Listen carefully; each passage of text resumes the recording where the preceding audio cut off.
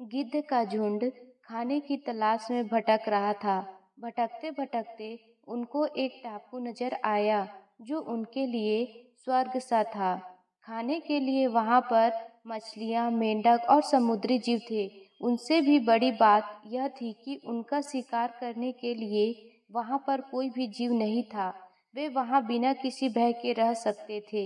युवा गिद्ध बहुत खुश थे, बहुत ही उत्साहित हैं। उनमें से एक गिद्ध बोला कि मैं यहाँ से कहीं और नहीं जाऊँगा। यहाँ पर बैठे बैठे बिना मेहनत के बहुत सा खाना है। बाकी के सभी गिद्ध भी उसकी हाँ में हाँ मिलाते हैं, बहुत उत्साहित होते हैं और वे सब यह कहने लगे कि बिना मेहनत के खाना मिल रहा है। इस तरह मौज मस्ती में काफ़ी दिन गुजरने लगे।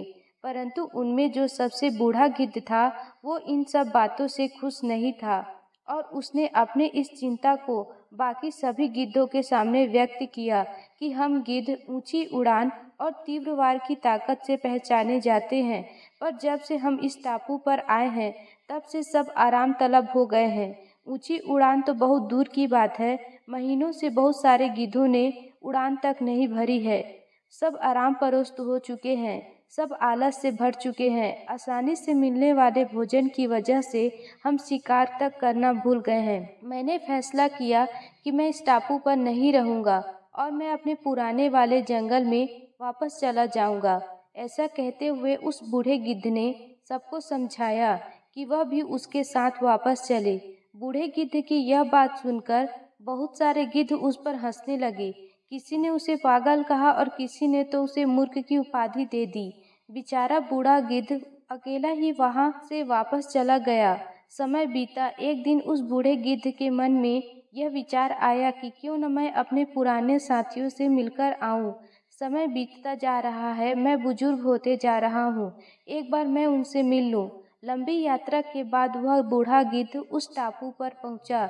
जब वह उस टापू पर पहुंचा तो उसने बहुत ही भयानक दृश्य देखा। बहुत से गिद्ध मर चुके थे, जो जीवित थे वे घायल थे। यह कैसे हुआ, उस बूढ़े गिद्ध ने पूछा। कराहते हुए एक घायल गिद्ध ने कहा, क्षमा कीजिए, हमने आप बुरा भला कहा, हमने आपको पागल कहा, हमने आपका मजाक उड़ाया, हमने आपको मूर्ख कहा। आपके जाने के कुछ महीनों के बाद यहाँ पर एक बड़ा सा जहाज आया और चीलों का एक दल छोड़ गया। जैसे ही उन चीलों को पता लगा कि हम ज़्यादा ऊंचा उड़ नहीं सकते और हम उन पर वार नहीं कर सकते, उन्होंने हम पर हमला किया और उन्होंने हमें खाना शुरू कर दिया और अब हमारी आबादी खत्म होने की कगार पर है और अब हम कुछ ही गिद्ध रह गए हैं। यह सुनकर बूढ़ा गिद्ध बहुत दुखी हुआ और वह वापस जंगल की ओर उड़ चला। इस तरह दोस्तों, अगर हम अपनी शक्तियों का इस्तेमाल नहीं करते तो धीरे धीरे हम उसे खो देते हैं, अपनी ज़िंदगी से उसे पूरी तरह खत्म कर देते हैं। तेजी से बदलती हुई इस दुनिया के अंदर अगर हम अपने अंदर बदलाव नहीं लाएंगे तो हमारे जीवन में भी कोई बदलाव नहीं आएगा।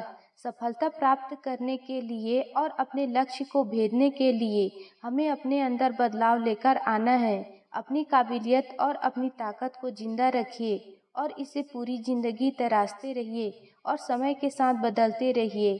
जब आप ऐसा करेंगे तो बड़ी से बड़ी मुसीबत आने पर भी आप ऊंची उड़ान भर सकते हैं। यह जिंदगी बदल देने वाली कहानियाँ आपकी जिंदगी में कामयाब होने के लिए एक रामबाण साबित होगी। प्रतिदिन इन कहानियों को सुनना आपके व्यक्तित्व को सकारात्मक, संघर्षशील और उत्साहित बनाता है।